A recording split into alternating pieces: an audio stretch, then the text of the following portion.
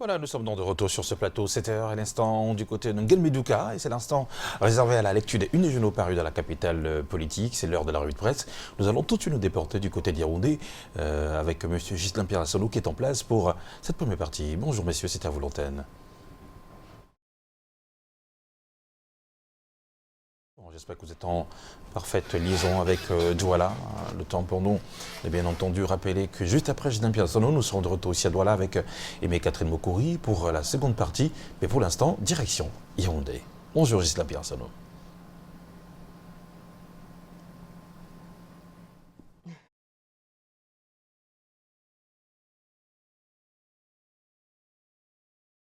On espère que le signal sera rétabli avec, on va rétablir le signal Yaoundé, assez rapidement. Oui, c'est bon, il est là. Il est là, Ghislain Pierre-Assono, bonjour.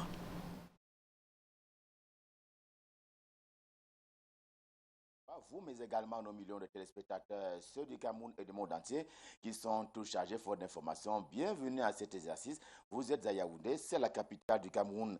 Depuis les tweets, la nouvelle forme de communication qui a été choisie par le président de la République, Paul Biya, depuis justement l'avènement des technologies de l'information et de la communication, mais surtout des réseaux sociaux, depuis donc les tweets présidentiels jusqu'à ces récents décrets en termes de promulgation aussi des textes votés par le Parlement camerounais, en passant par les grands événements de la nation, à l'image du 20 mai qui est au Cameroun la fête nationale de l'unité. Eh bien, tous ces éléments sont proposés ce matin dans le temps des grandes réalisations. Le temps de réalisation étant justement un journal ce matin qui promène allègrement le lecteur sur les activités du président de la République, chef de l'État, chef suprême des armées. Le directeur de publication de cette publication justement est le ministre directeur du cabinet civil de la présidence de la République, Samuel Mvondo Ayolo, et il commet lui-même un éditorial sur ce qu'il appelle l'obsession du dialogue, en rappelant que Paul Biya reste simplement un mendiant de la paix, lui qui avait rappelé en son temps qu'il était justement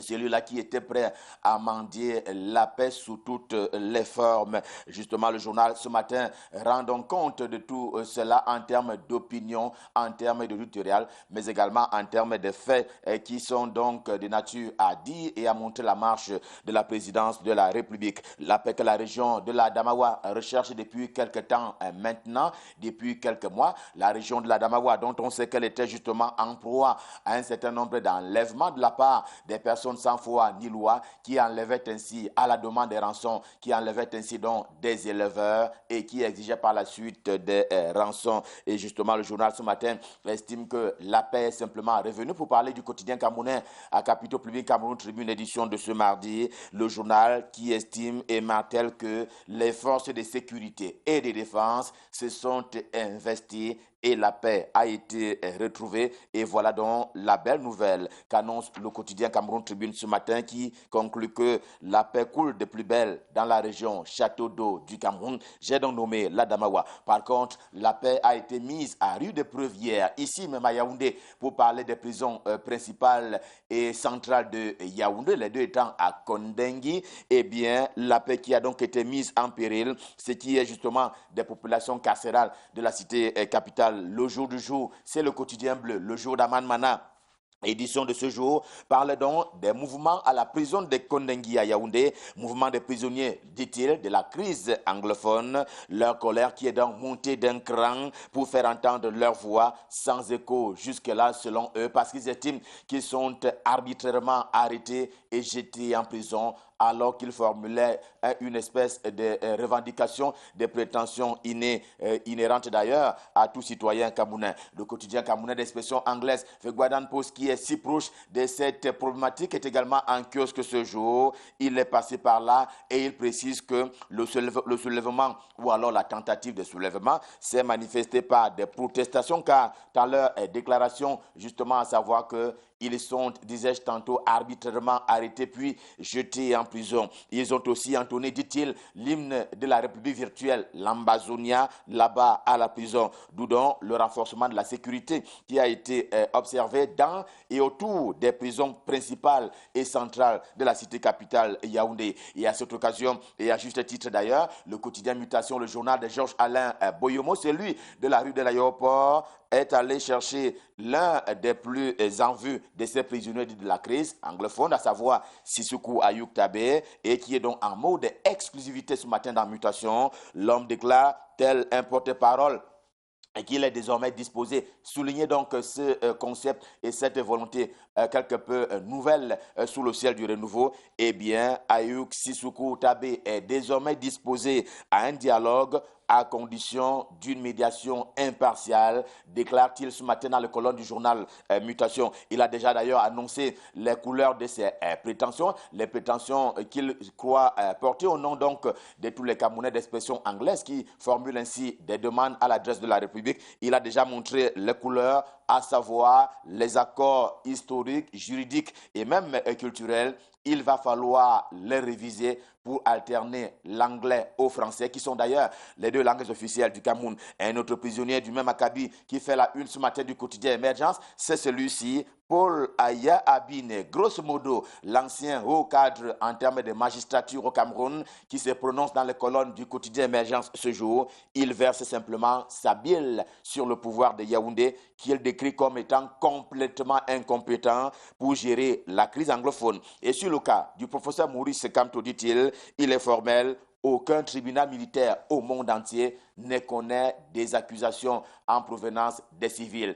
Il semblait donc dire que le professeur Maurice Kamto est simplement poursuivi par un tribunal entre guillemets d'exception, alors que les faits qui lui sont reprochés ou alors qui auraient dû lui être reprochés relèvent simplement des affaires civiles. Le journal The Median, qui rapporte également ces informations en l'une des langues officielles du Cameroun, à savoir l'anglais, y répond présent ce matin par les statistiques. À ce jour, dit-il, ce sont 600 000 enfants qui sont restés en dehors de l'école depuis le déclenchement de la crise anglophone, et elle court depuis bientôt 3 ans maintenant. À ce jour, ce sont donc 7 000 écoles qui ont été réhabilitées par les bons soins de l'État du Cameroun, mais sans occupants, à cause justement de ces Camerounais qui fuient les zones en crise pour pouvoir trouver un abri ici comme ailleurs. D'ailleurs, par le passé, on a relevé le cas de la région de l'Ouest Cameroun qui accueillait par dizaines de milliers ces personnes qui étaient donc des déplacés de la crise dite anglophone. En dehors justement de ces écoles qui ont été réhabilitées et qui restaient sans occupants, il n'y a que 4 000 enseignants de 200 écoles primaires justement relevant du nord-ouest et du sud-ouest camerounais que dans ces écoles-là n'ont plus eu l'occasion, ces enseignants-là n'ont donc plus eu l'occasion de pouvoir prester. Pour revenir un peu sur le meeting de samedi dernier, meeting dit Ibrahim Mboumoundjoya du côté de Bafoussam, la capitale de la région de l'Ouest Cameroun. Pour revenir à ce meeting de samedi dernier, il n'y avait pas que du bien là-bas, selon le point hebdo, tout aussi en kiosque ce mardi, qui martèle que parmi les manifestants, de près ou de loin, on pouvait également apercevoir ceux qui soutiennent Maurice Kamto nuitamment. Et oui, tout le monde n'est pas d'accord avec le RDPC dans la région de l'Ouest Cameroun, signale justement le journal. Faux et archi-faux. Martel, pour sa part, Hot News également en kiosque ce matin, lui aussi revenant sur ce meeting de Bafoussam samedi dernier. Et le journal ce matin, qui est d'ailleurs auteur, vous le voyez, d'une une, la une qui donne à voir les forces vives de la région de l'Ouest, qui mettent ainsi en garde les ambassadeurs et autres organisations internationales qui demandent simplement la libération du professeur Maurice Kamto. Autre fait, les chefs traditionnels originaires de la région de l'Ouest Cameroun qui ont justement déclaré Patrice Ghana persona non grata sur leurs différents territoires en termes de sauvegarde et de gardiens des différentes cultures ancestrales du Cameroun. L'épervier est le journal de Léopold Kovis-Tudjo. Il est également en kiosque ce jour. Il en rajoute d'ailleurs à ce sujet pour parler justement d'une population on ne peut plus mobilisée qui s'est donc donné rendez-vous du côté de Bafoussam samedi dernier, et un discours complet a été commis à cet effet. Ni Maurice Kamto ni la BAS, la brigade anti-Sardina, ne sont les bienvenus dans la région de l'Ouest Cameroun. C'est là l'un des pans du message qui est décelé par le quotidien L'Épervier ce matin au terme de cette mobilisation populaire du côté de la région de l'Ouest Cameroun. Une façon de sanctionner, entre guillemets, ce qui dérange à la fois les institutions de la République et celui qui les incarne, pour parler de Paul Biya, le président de la République. Surtout si la République camerounaise est en marche, et c'est ce qu'on lit ce matin dans le journal Le Quotidien, qui estime que la République est donc en marge. La preuve, d'ici à la fin de l'année 2019, eh bien, ce sont 5411. Voilà donc le nombre de postes à pourvoir dans la fonction publique camerounaise d'ici à la fin de l'année 2019. La bonne nouvelle est donc, fait donc l'objet de la grande une du quotidien ce matin, soit une bonne nouvelle donc pour les chercheurs d'emploi, dont on sait qu'ils sont très nombreux ici à Yaoundé comme sur l'ensemble du territoire camerounais. Cela étant, le fait est le fruit justement d'une coordination en termes de travail gouvernemental, avec notamment les membres du gouvernement qui s'investissent au quotidien pour que les idéaux du renouveau, notamment à l'occasion de ce septennat qui a été lancé au lendemain de l'élection présidentielle d'octobre 2018 au Cameroun, il y a donc des membres du gouvernement qui s'investissent pour donner corps à ce que le président a proposé lors de la campagne électorale. Et justement, les principaux travailleurs de l'équipe, Joseph Dion Gouté, sont illustrés ce matin dans le journal La Lune en kiosque, y compris ceux qui viennent d'ailleurs de l'opposition, parce que le gouvernement est également fait des personnes venant des partis politiques de l'opposition et qui font parfois des jaloux. Et à propos de ceci, pour parler justement des jaloux, voici un coup de gueule. Le coup de gueule dans le journal Réalité de Paul Ngouaré Kindi ce matin. Le journal concerne, ce coup de gueule concerne justement le goléadeur camerounais du nom de l'ancien lion indomptable du Cameroun, Samuel Eto'o-Fils. Eh bien, digne fils camerounais qui vend si bien l'image du pays à l'extérieur. Il ne faut surtout pas le mêler à la déculottée des lions indomptables quant à leur élimination on ne peut plus précoce à la dernière CAN égyptienne 2019, prévient justement le journal Réalité de Paul Ngouaré Kindi. L'ancien lion n'a été ni capitaine ni joueur sur le terrain.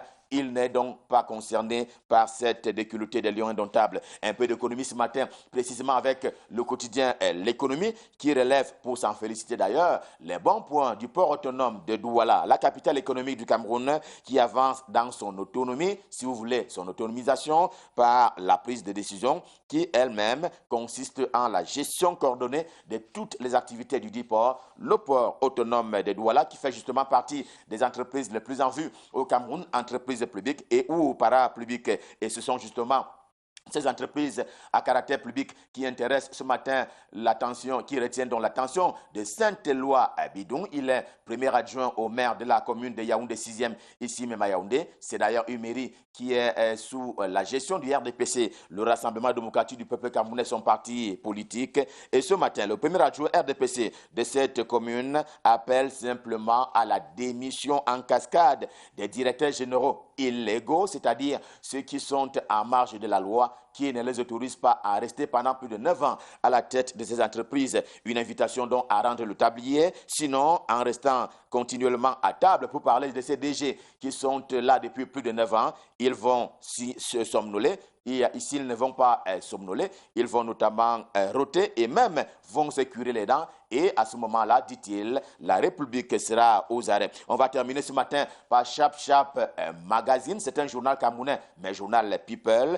qui donne donc de la voix à Adonis Max, qui raconte comment un peu Dieu lui a montré le chemin du chant et de la musique. Et puis, sachez-le, comme à Mapiro et Katino hier, eh bien, la Ladies Grâce de la déesse musicale camerounaise est elle aussi née de nouveau, c'est-à-dire elle a accepté Jésus-Christ qui est mort pour elle. Des vedettes de la musique camerounaise qui livrent donc leur confidence, c'est à lire dans le journal People, Chap Magazine, en kiosque ce mardi, au même titre que toutes les autres parutions auxquelles nous avons fait allusion au cours de cette revue de presse. Stop fin pour ce jour. Le cœur enflammé de joie, nous vous avons servi. On prend rendez-vous pour demain quand il sera 7 heures pour le même exercice. Pour le moment, c'est une invitation que je m'avais formulée. Mettons le cap sur Douala pour retrouver Aimé Catherine Moukouri pour la suite et la fin de la revue de presse. Bonjour Aimé, c'est à vous, à Douala. Bonjour Ghislain Pierre Essonneau et bonjour à tous nos téléspectateurs. C'est un plaisir de vous retrouver ce mardi matin pour la deuxième partie de la revue de presse dans la capitale économique Douala. Une deuxième partie que nous entamons ce matin avec le quotidien Le Messager qui ne manque pas de parler de cette actualité forte dans la capitale Yaoundé. Et le journal titre ce matin mutinerie à la prison centrale de Kondengui.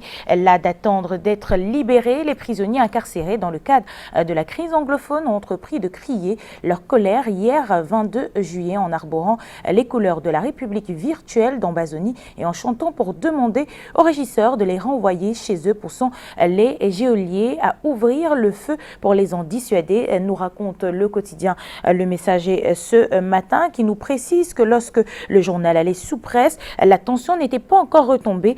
Bien au contraire, des coups de feu se sont fait entendre de l'intérieur de la prison aux environs de 20h et ce jusqu'aux environs de 21h30, poussant les populations riveraines à déménager de peur d'en payer des frais et être des victimes collatérales. Le mouvement de revendication s'étant sans doute mué en une véritable mutinerie, dit ce matin Le Messager. Y a-t-il eu des morts ou des blessés? Difficile de le savoir. Ce soulèvement rappelle la RIS qui a opposé en matinée du 15 juin dernier plusieurs pensionnaires aux gardiens de prison. L'initiative des geôliers de procéder à des fouilles inopinées dans certains quartiers de cette maison d'arrêt surpeuplée était à l'origine de la bagarre générale qui s'en était suivie, nous rappelle le quotidien Le Messager de ce mardi. Et au bas de une de ce journal, justement, on parle de la ville de Bertoua qui a vu la mort d'un Chinois dans un site minier. Le journal titre: un Chinois battu dans un site minier. Les présumés assassins ont été interpellés et transférés à la compagnie de gendarmerie du Lom et Djerem à Bertoua pour exploitation. Nous précise Le Messager, le village Colominé situé dans l'arrondissement de Ngoura, dans le département du Lom et Djerem, a connu un vent tumultueux en fin de semaine dernière. Certains individus de cette localité ont tué un expatrié de nationalité chinoise installé dans la zone. La victime, dont le nom n'a pas été révélé à la presse, a froidement été assassinée dans un site d'exploitation minière. Et selon le récit d'autres exploitants miniers de la zone, l'expatrié qui vivait au camp Mary a violemment été cerné par une horde de riverains en furie. Le mobile du crime, il leur interdisait d'accéder dans les sites du permis de recherche KDI Sud, alors que eux, les riverains, n'avaient pas encore été indemnisés. Après une passe d'armes verbales, ils n'ont pas hésité d'assommer le mineur chinois qui a rendu l'âme quelques minutes plus tard. Une information confirmée par une chinoise très introduite dans l'activité minière dans la zone. Selon d'autres sources sur place à Colominé, le corps de la victime a été conduit à Yaoundé dans la voiture de Sa Majesté Symphorien Aïto, chef de 3e degré de la localité, sur instruction des autorités. Et le journal, justement, Le Messager ce matin quitte la région de l'Est pour la région de l'Ouest. Cette fois-ci, on parle cartographie politique. À qui va l'Ouest? Cameroun, se demande Le Messager de ce mardi. Le journal nous déclare que la région semble avoir atteint l'âge nubile politique et cause toutes les insomnies à ses élites au sein du parti présidentiel. Samedi, on a compté Fleurette à la belle pour qu'elle revienne à ses amours. Est-elle entichée pour toujours par les éclats et phares du nouveau venu? Les questions que se pose Le Messager. Dire que l'Ouest et Bafoussam sont sur la sellette est un euphémisme. En vérité, la région du Binam est farouchement convoitée par deux amoureux de premier plan identifiés comme le RDPC et le MRC. Au sortir de l'élection présidentielle du 7 octobre dernier, on croyait l'Ouest fiancé corps et âme au parti présidentiel. On le croyait certes, mais avec une pointe de naïveté ou de doute, car au cours des 2 semaines de la campagne, le RDPC avait déjà observé à coup sûr, avec une pointe de jalousie, ses proximités collusives, ses effluves et ses emportements à l'endroit du MRC, le nouveau venu tout beau et tout neuf. C'est comme cela en amour, nous dit le quotidien Le Messager, qui dans son dossier politique nous reparle de ce meeting de Bafoussam et aussi nous donne quelques réactions des députés et des personnalités publiques à lire en page 4 plutôt du quotidien Le Messager de ce matin. La nouvelle expression est également dans les kiosques ce mardi à la une également de ce journal. On parle de ce qui s'est passé hier soir à la prison centrale de Kondengui à Yaoundé et le journal titre Provocation des Ambazoniens. Le journal essaie de nous décrire ce matin une scène de guerre qui s'est produite. L'hymne de l'État fantôme d'Ambazonie entamé ce 22 juillet. La paix est désormais brisée entre des prisonniers de la crise dite anglophone et des détenus du mouvement pour la renaissance du Cameroun et le pouvoir de Yaoundé, nous dit la Nouvelle Expression. L'alerte est donnée par des vidéos diffusées sur les réseaux sociaux aux environs de midi. On y découvre une foule de centaines de détenus qui a pris d'assaut la cour principale de la prison centrale de Kondengui. Les messages diffusés par voie vocale et sur des pancartes par une foule de manifestants rendent compte de la gravité de la situation. On peut y lire « Libérer tous les détenus, Trump, help us ». À l'extérieur, un dispositif sécuritaire se prépare. Il est un peu plus de 14 heures. L'axe école publique mobile Kondengui est bloqué.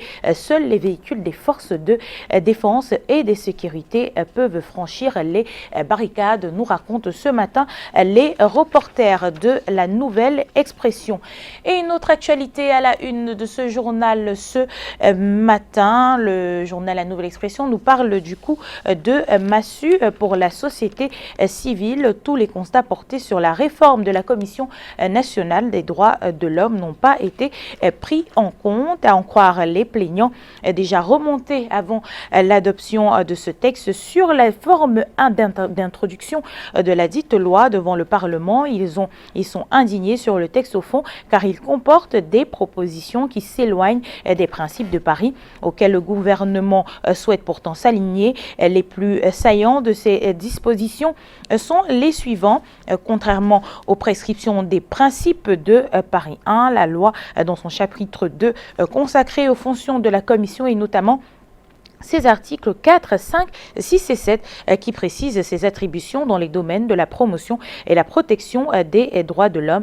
Selon le réseau des défenseurs des droits humains en Afrique centrale, le REDAC, Dynamique citoyenne, Nouveaux droits de l'homme, NDH, Center for Human Rights and Democracy in Africa et Center for Law and Public Policy, la réforme de la CNDHL est au centre des préoccupations de la société civile camerounaise depuis plusieurs années, notamment en ce qui concerne les défis liés à la désignation de ses membres et à l'exécution de son mandat. Et donc, pour les interlocuteurs, le projet de loi avant sa promulgation a de nombreuses irrégularités, car, note-t-il, il fallait qu'on corrige le texte avant son adoption afin de réaffirmer le mandat de cette commission nationale à assurer la veille sur le corpus législatif et réglementaire du pays pour que les textes soient conformes aux exigences des droits de l'homme. Et on termine avec la Nouvelle Expression, justement, en parlant de cette nouvelle accusation qui pèse sur l'armée camerounaise. Elle est de Human Rights Watch. Une fois de plus, le directeur Afrique centrale de cette ONG accuse l'armée d'avoir tué 4 civils et violé une femme dans la région du Nord-Ouest depuis la mi-juin 2019. Human Rights Watch relance ses hostilités à l'endroit des forces de défense et de sécurité. Dans un communiqué de presse posté hier, l'ONG accuse ces dernières d'avoir précisément tué au moins 4 civils et violé une femme au cours d'opérations de sécurité dans la région du Nord-Ouest. Les personnes tuées incluent un homme âgé en situation de handicap physique et un jeune homme avec un handicap mental.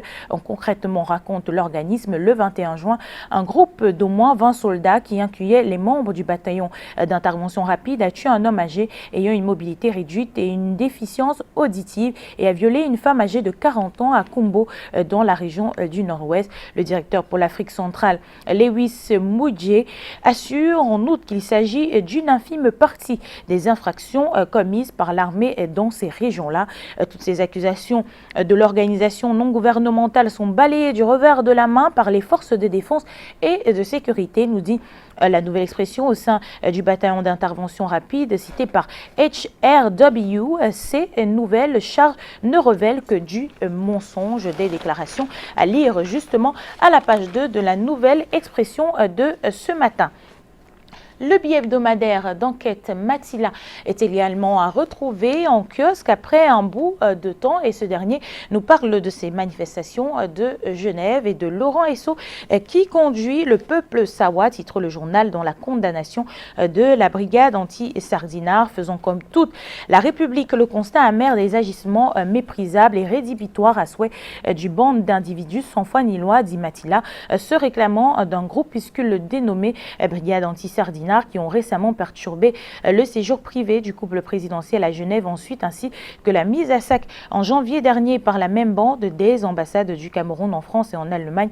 La peuplade Sawa s'est mise en rang serré pour non seulement dénoncer de telles dérives, mais en sus dire son attachement aux idéaux que défend le renouveau et son initiateur Paul Biya. C'était le 18 juillet dernier au cours d'un conclave circonstanciel au sortir duquel la dite peuplade a pris un acte fort. Le journal nous propose justement cette lettre ouverte à lire en page 4 ce matin. Et au bas de une de Matila de ce mardi, on parle du port autonome de Douala. Le journal nous propose de nous éclairer sur un scandale latent dans la direction financière qui est dans le viseur du tribunal criminel spécial à la suite de l'interpellation de Pierre Yanga, caissier en service à la caisse pilote du port autonome de Douala.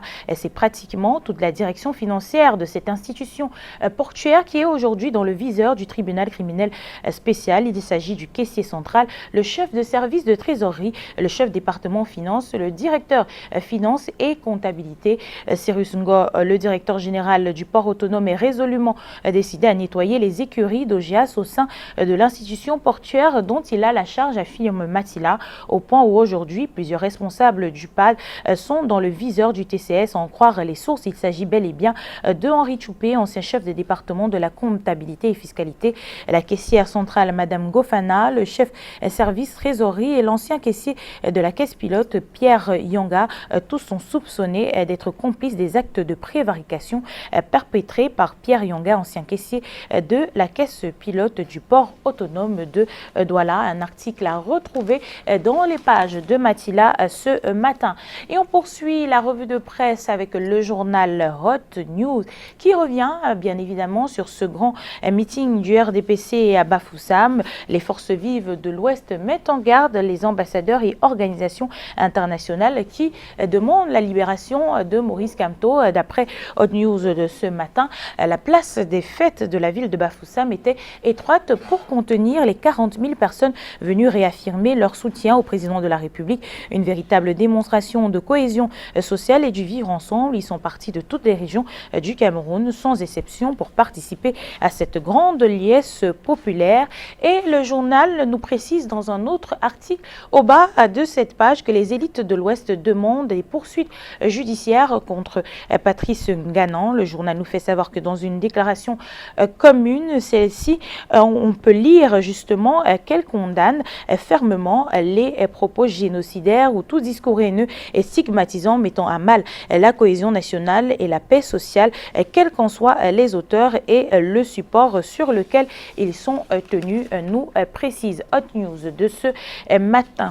Pour sa part, l'hebdomadaire L'Effort, disponible également en kiosque, nous parle de cette conférence épiscopale et nous reprécise ce mardi que les évêques du Cameroun sont contre les Rose-Croix.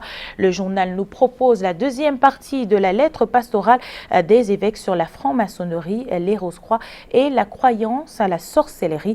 Dans la première partie publiée par l'Effort, on avait rappelé les grandes lignes du magistère sur la franc-maçonnerie et dans cette deuxième partie, il s'agit de l'enseignement des pasteurs sur les Rose-Croix. Les évêques déclarent: nous observons inquiets l'attrait de certaines personnes, y compris les chrétiens, pour la Rose-Croix. Des personnes interrogées semblent chercher dans ces phénomènes de forme des réponses spirituelles que, d'après elles, l'Église ne leur offre pas. Il y en a qui pensent que la Bible n'est pas suffisamment expliquée, ce qui ne satisfait pas leur quête de vérité. D'autres sont tout simplement à la recherche de Dieu, mais un examen plus profond montre que ce n'est pas toujours la recherche spirituelle qui pousse les gens vers ces sociétés secrètes ou semi-secrètes, mais plutôt l'appât du gain matériel, richesse matérielle, pouvoir, réussite, santé, maîtrise du cosmos. Et toujours à la une de ce journal, on parle justement des réformes liturgiques pour que les célébrations liturgiques ne soient plus un fourre-tout. L'Effort camerounais de ce matin déclare, ayant malheureusement constaté beaucoup de disparités dans la façon d'organiser les célébrations liturgiques, les évêques ont donné des recommandations à la commission épiscopale pour la liturgie et l'inculturation lors de la 43e assemblée plénière à Yaoundé de mettre en route le projet de formation des cérémoniaires diocésains en vue de l'harmonisation des pratiques au cours des services liturgiques, formation qui sera ouverte aux congrégations. C'est à lire en page 4 justement dans l'actualité que l'effort camerounais nous propose ce mardi. Et on termine cette revue de presse en faisant notre traditionnel passage par la toile où en un clic on va tout de suite en République démocratique du Congo avec le site d'information Africa News. Là-bas on parle santé et Ebola. Désavoué, le ministre de la Santé a décidé tout simplement de démissionner. Nous renseigne Africa News ce matin. Le ministre congolais a quitté hier lundi ses fonctions, se sentant désavoué par la décision du président de la République de prendre le contrôle de la riposte contre l'épidémie d'Ebola qui a tué plus de 1700 personnes en un an dans l'est de la République démocratique du Congo. Le docteur Oli Ilunga a déclaré, comme dans toute guerre, car c'est bien de cela dont il s'agit, il ne peut y avoir plusieurs centres de décision au risque de créer des confusions. Il a dénoncé des pressions de toutes parts qui tendent à en faire une crise humanitaire. Et un autre clic, cette fois-ci sur une autre fenêtre, nous ouvre les pages du site d'information Jeune Afrique. Celui-ci nous amène au Maroc avec les déclarations de Mohamed Tozi. L'empire chérifien n'est pas mort, a-t-il déclaré 20 ans après l'intronisation de Mohamed VI. Le sociologue Mohamed Tozi explique comment le souverain, par la perpétuation d'un art de gouverner séculaire, a fait du royaume un modèle si singulier en Afrique et dans le monde arabe. Le politologue rappelle que ces attributs du pouvoir tirent leur raison d'être, sinon leur légitimité d'une longue histoire. La monarchie marocaine prend ses racines dans le remodélage intéressé du maréchal Lyoté, mais dans l'empire chérifien.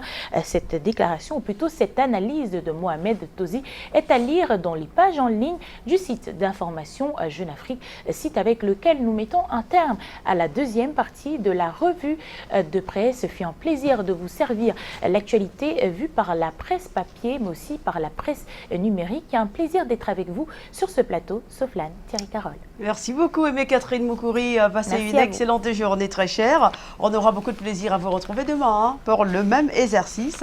Exercice qui n'est pas du tout facile, Chouchou. C'est ce qu'elle fait avec beaucoup de joie. Et tout à fait. Voilà. Il est 7h, passé des 32 minutes et nous allons souhaiter maintenant un joyeux anniversaire à monsieur Jean-Marie Doum qui a tout juste 4 ans. Wow. Et il vient de fouler le sol camerounais pour les vacances et il se trouve chez ses grands-parents. Et au passage, comme ça, on peut faire un clin d'œil à sa maman, non? Ouais. Vous la connaissez très bien. Ouais. C'est Mireille Mbila, notre star. Mireille. Voilà. Mireille Mbila, la star. Pour ceux qui la suivent, évidemment, sur les réseaux sociaux, ouais. C'est Mireille Bellissima qui est donc au Cameroun et son fils a 1 an de plus ce matin. Jean-Marie Doum, 4 ans, joyeux anniversaire. Je t'occupe à présent.